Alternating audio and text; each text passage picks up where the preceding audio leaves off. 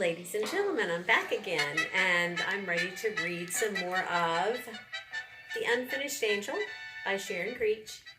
And we're going to start with a chapter called The Daughter.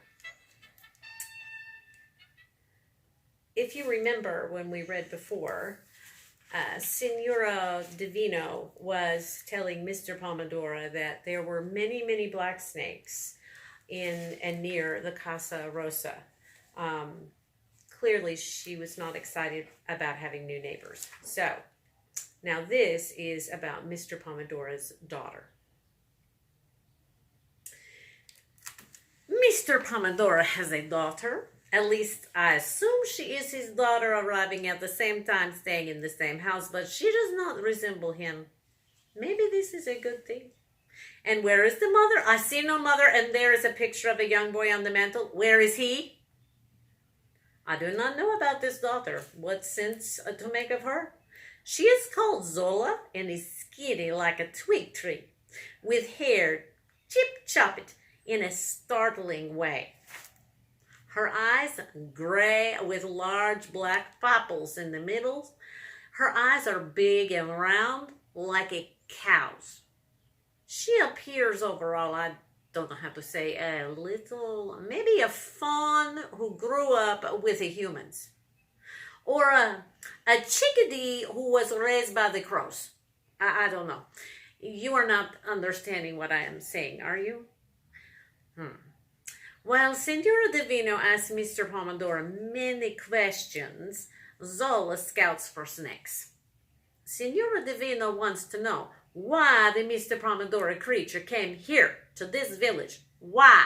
She says. Why? Why? For a new start, he says, with the happy rubber cheeks. Then his shoulders sag. I am weary. Of what are you weary? Presses nosy Signora Divino. Where should I start?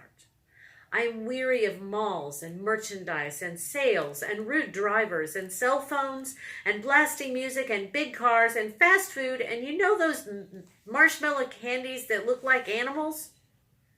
No, I don't know what you're talking about. Well, I don't like those. Oh, says Signora Divino. Anything else?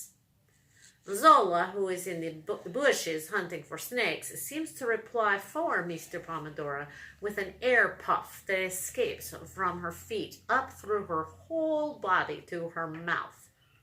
Foof. Signora Divino turns toward the foof and then returns her stare to Mr. Pomodoro, who says, I am weary of incivility. It is a precious sounding word. I hear another foof from Zola in the bushes. You know, Mr. Pomodoro continues, bad manners, burping, crude language, that sort of thing. Ugh, Signora Divino says, idiots, cretins. My tower. Maybe my tower, the tower Casa Rosa, is not the most attractive or the most specialty tower in Switzerland. It is just a tower after all, like so many other towers in the Ticino, this southern part of Switzerland. The casa is pink, like so many other casas. But the stone tower that rises 3 more stories above it is the color of its stone. How you call it? Tan? The color of straw in the winter, of coffee, with very much milk. It is a tower that stands tall and upending like a good soldier for nearly 400 years, not wobbling or falling down.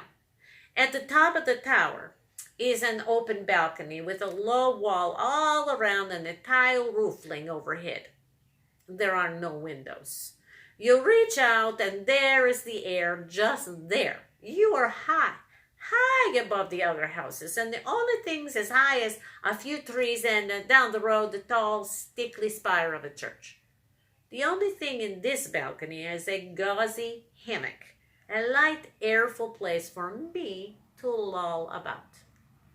Beneath the balcony is a tiny square room, exactly the size of the balcony above it. In this room are 2 trapdoors. One leads up to the balcony and one leads down to the room below. Also in this room is a narrow cot covered with a worn feather duvet and a small desk with a candle on it. The room beneath that one with the cot is again a tiny square, exactly the size of the room and balcony above it. In this room is nothing but dead spiders and flies, the trapdoor in the ceiling which goes up into the room above, and the short door for like a shrunken man, which leads out onto a narrow landing and to curving narrow steps down into the main house below. So maybe you might think it's nothing special, this tower, but to me it is the finest of all the towers in all the world. From the balcony I can see mountains in a ring all around, a circle of mountains, and on the very top of those mountains most of the year is white snow, and below the mountains is a blue-green lake, and above the mountains at night is the blue-black sky, all pockled with the blue-white stars. From my tower, I can see all the casas in the village, and I can see all the peoples coming and going.